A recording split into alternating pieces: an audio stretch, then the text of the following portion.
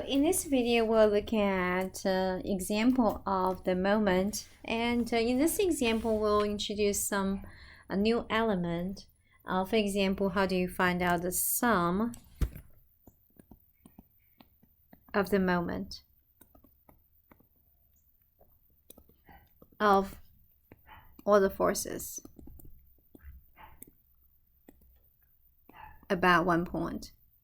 About point O, for example. So let's look at this example here. If we have object right here, and this is our hinge or rotational point, and we have several forces. That's a new element. In the previous video, we just introduced how do we calculate the moment of one force rotating about point. But here we have multiple forces here. So if you have this as a 50 Newton, and this is 50 Newton, and this is 100 Newton, and acting on this bar, and there's a dimension given. So if I'm using a different, so this is the dimension of this bar, and this is 5 centimeter, and 2 centimeter and 3 centimeter. That's the dimension of it. And this bar is obviously slanted. Then they give us this angle right here.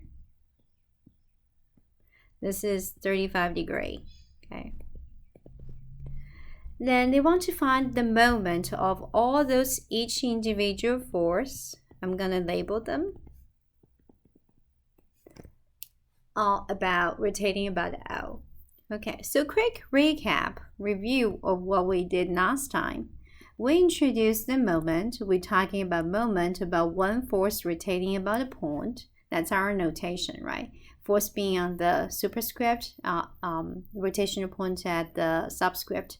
And that's equal to the force times this moment of arm. I'm going to use MOA. And this MOA have to be very particular, have to be perpendicular distance from this rotational point to the force, from O, rotational point, to O to the force. So knowing that, we also know there's positive value when it's counterclockwise rotation, and it's going to be negative if it's clockwise rotation.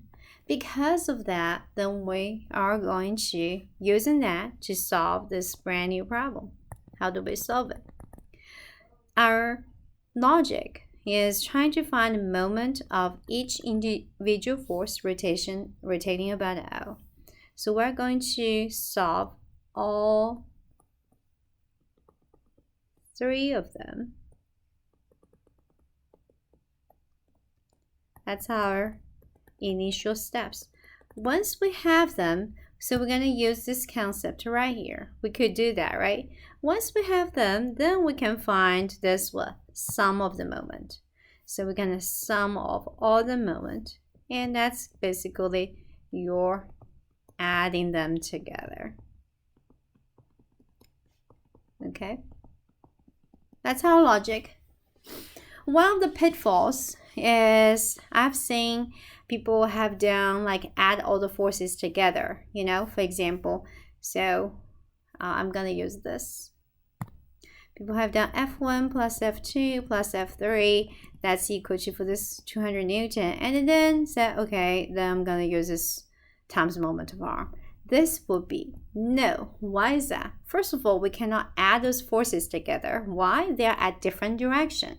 You see, this force 50 Newton is not a perfect vertical.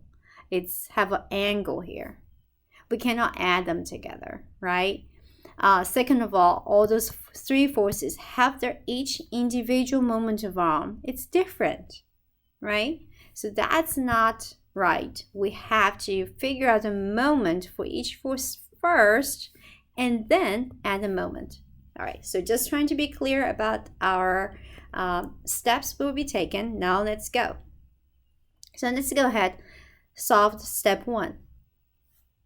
We know formula, it's force times moment of arm, so it's F1 times moment of arm. Now let's solve it. F1 is 50 Newton. Now we're going to draw the moment of arm. Okay, so this one is perpendicular to the distance already. Okay, now I'm going to use the color green to draw our moment of arm. So it's from rotational point to the force and have to be perpendicular since they're already perpendicular right here. So that's going to be our moment of arm. That's going to be our D1. So what's our D1? We're going to be 50 times D1 is 5 centimeter. So that will give us 200. If I want to change this 5 centimeter to meter, we can. So that would be how much? 0.05 meter. That will give us 2.5.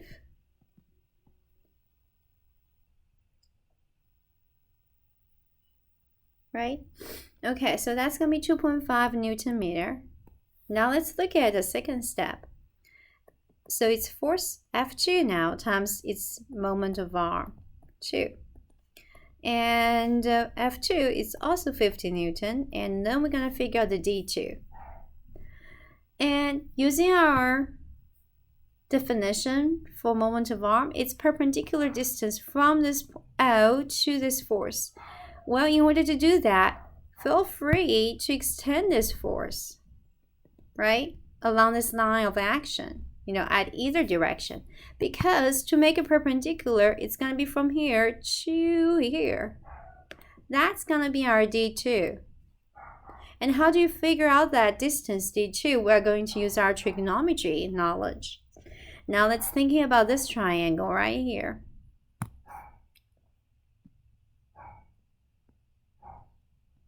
All right, look at this triangle. It's a right triangle because this is 90 degrees. And the D2 is what you're solving. And this is angle 35. And do we know hypotenuse?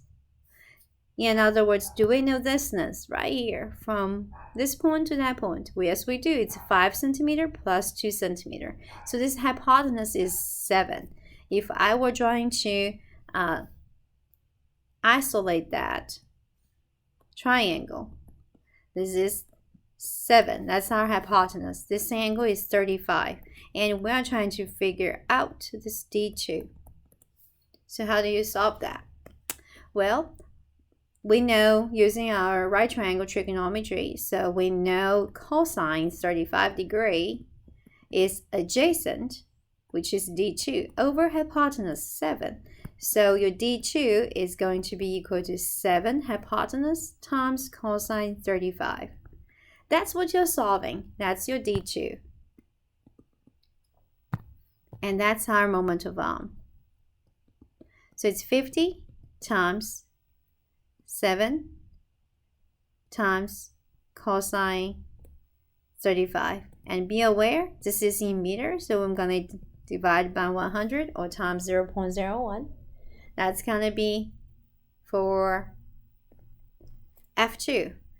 And I just realized something. I haven't really figured out the convention, sign convention, if it is positive or negative. So let's go back to step 1. And this F1 is right here, right? It's rotating about O. So isolate that out if that helps to look at it. O is relative to force at this point. And this rotation is one rotation. It's counterclockwise. So it's going to be positive. Okay, now let's look at F2, rotating about O. F2 is here, right vertical, and point O is here. And if F2 were to orbit around, it's also going to be counterclockwise. That's why it's also positive. Okay, now let's look at F3. F3 rotating about O, it's going to be F3 force times moment of arm for this situation. And our force is 100 Newton and times our moment of arm D3. Again, we have to go back to our graph to figure out this perpendicular distance. So this force is very much like F2, right? So feel free to extend this force at the line of action. And we are now about to draw our moment of arm. It's from rotational point, I'm going to use orange for this one, to the force and have to be perpendicular. So it's going to be that. That's going to be our D3. So that's our D3. So what do you think that value would be? So it's 100 times D3. While using the same knowledge, now this time you can look at this triangle.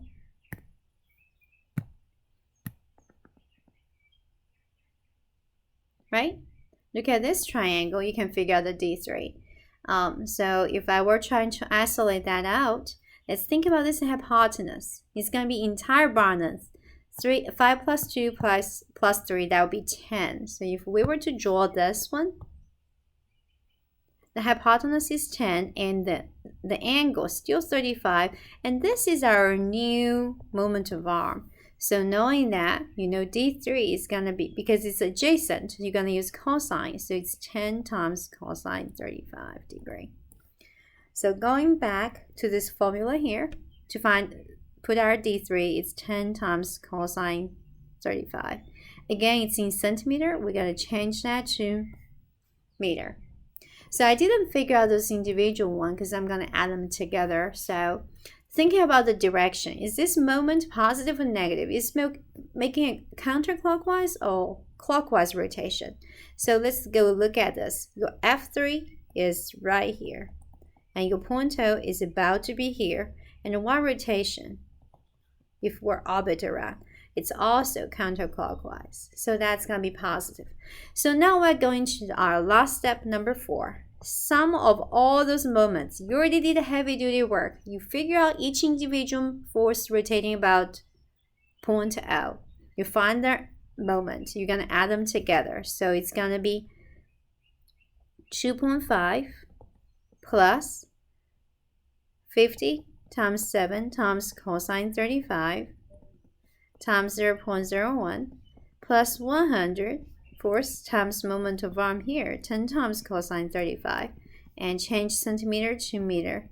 And since they all have counterclockwise rotation, they're all positive.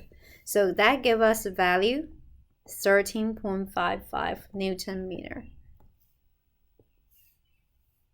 All right, so that's our first example of sum of all the moments of all the forces about point O. Okay, so hope you enjoyed this one. I'll see you at the next example. Bye now.